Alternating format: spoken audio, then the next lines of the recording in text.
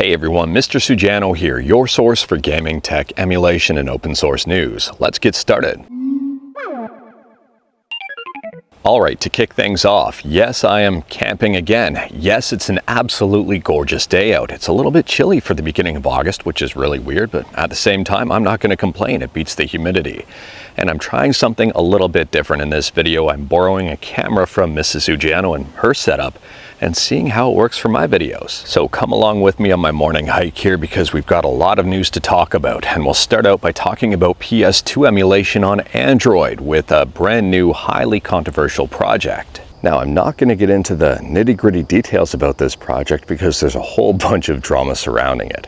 At a very high level, someone seems a little bit ambitious and wants to continue on Aether SX2. Now, they are calling this one an Aether SX2 revival, and to me, the whole project doesn't make any sense whatsoever considering Aether SX2 is closed source. So they're essentially going to have to start a PCSX2 port to Android from scratch. And that's basically what Aether SX2 was, so good luck with that. I'm not quite sure where they're going with this one. I applaud them for being enthusiastic, I guess. But at the same time, right now, we've got another SX2, which is a patch for Aether SX2, which is the current best way to go. But moving on, and next up, we're talking about Windows emulation on Android with not Win Now, but Winlator. And Winlator, it appears, now supports Mesa Turnip drivers, which is fantastic news if you've got a Snapdragon CPU. If you are curious about this one and wanted to learn more about it, I'll drop a link to the Kimchi drivers in the description below and feel free to check them out. Now, it is worth pointing out these Turnip drivers are not going to be a magic fix-all for everything out there, but it may be a much better solution than the current drivers that are currently available. Next up, this is a friendly heads up if you're a fan of Call of Duty. There's a brand new Call of Duty 6 Zombies trailer out there on YouTube, and I'll drop a link to it in the description below. So this one is called the Round-Based Zombies Terminus Reveal Trailer, and let me know your thoughts about this one if you've checked it out. Let me know your thoughts about this one if you are a fan of zombies and COD. And let me know your thoughts about this one if you even don't care about it. And on a quick side note here, it looks like my hike is ending a little bit short, so I'm going to have to head back just a bit. These trails are completely mushy. So I've turned around on the trail, I'm going in a different direction, and hopefully this one isn't going to be all washed out. Anyways, next up we're talking about Star Wars in Mortal Kombat. And someone has just released a Star Wars mod for MK1, which introduces a whole bunch of Star Wars characters. Now, to be honest with you on this one, I'm kind of surprised how much I would be interested in a Star Wars fighting game, given the fact that I'm very interested in this mod pack. It's up over on Nexus Mods. I'll drop a link to it in the description below, and let me know if you end up checking it out. Moving on, and we're quickly talking about Roblox, and it turns out that Turkey has banned Roblox as a result of concerns for child safety. Now, earlier on, there were reports of child safety concerns within Roblox and child exploitation.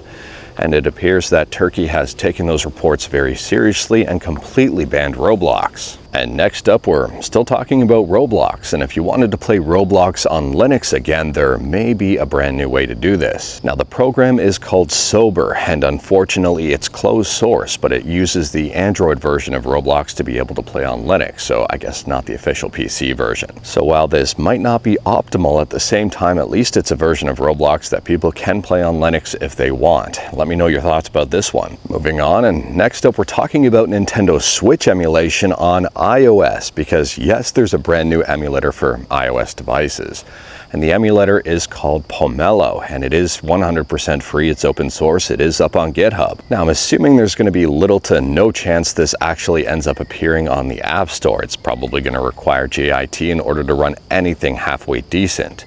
And at the same time here, if you like to sideload stuff, if you can sideload stuff, well, you may be interested in something like this. Now, unfortunately, I have not been able to test this project out whatsoever. I don't have an iPhone, I don't have an iOS device. But if you have, let me know your experiences and thoughts about it in the comments below. Next up is a friendly heads up that DNF Duel is currently free on Epic Games. Now, DNF Duel is a pretty decent fighting game, and you may find it interesting, you may not. I don't mind it at all, and if it's free, that's the absolute best price. But moving on, and next up we're talking about 3DS emulation on Android with Mandarine, which is I would argue a continuation of something like Lemonade 3DS or Citra Enhanced. Anyways, Mandarine here just got a brand new update. They've imported a whole bunch of stuff from Citra Enhanced, and they've also added some brand new things. So at the time of filming, version 1.0 is the latest and first update for Mandarine. It's their very first release. Next up, we're talking about a couple of Linux-specific things, and the first thing here is Cosmic Desktop. I'm getting eaten alive by mosquitoes, by the way. So anyway, System 76 has released Cosmic Alpha, so it's their desktop environment. Cosmic, which is built on Rust, is supposed to be a lot faster than their current desktop environment.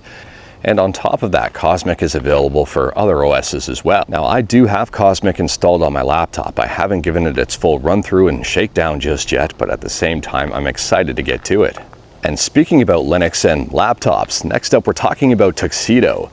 And Tuxedo has unveiled a fully foldable laptop called the InfinityFlex. I'll drop a link to the InfinityFlex in the description below, and feel free to check it out. It's got an i5-1335U, and it does have integrated graphics, so there's no separate GPU on this one.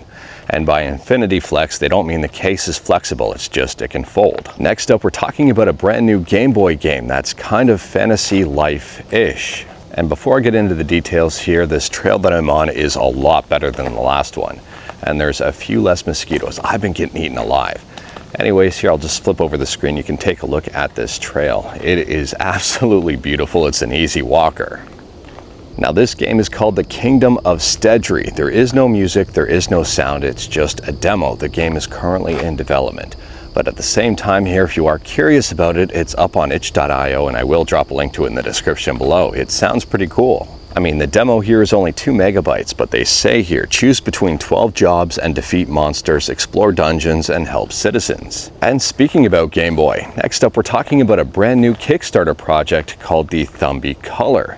And this one is the next generation of the Thumby. Now on Kickstarter, this project still has 31 days to go, and they've absolutely smashed their target. They've almost tripled their original target amount.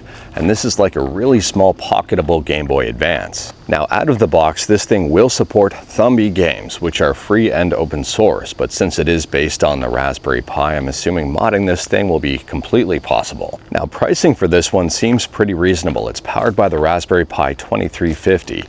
And the initial price for a purple version is $49 US. And if you want a different color, you can spend $55. Next up here, we're talking about an indie game that's just released on the Nintendo Switch that looks pretty interesting. It's a puzzle game of sorts. And I'm gonna mispronounce this one. I think it's called Vividlope or Vividlope. I'm not quite sure on how to say that one. If you know, let me know in the comments below. Anyways, I'll drop a link to the trailer of this one in the description below, and let me know if it's your style of game. I mean, it's a puzzle game, but there's combat elements, there's a whole bunch of different characters, there's customization, and even more. Now, I'm not normally a fan of just standard puzzle games, but this is 3D, there's a bunch of different aspects to it, and yes, this one has piqued my interest. Moving on, and next up we're talking about VirtualBoy emulation on iOS and also for Vision OS.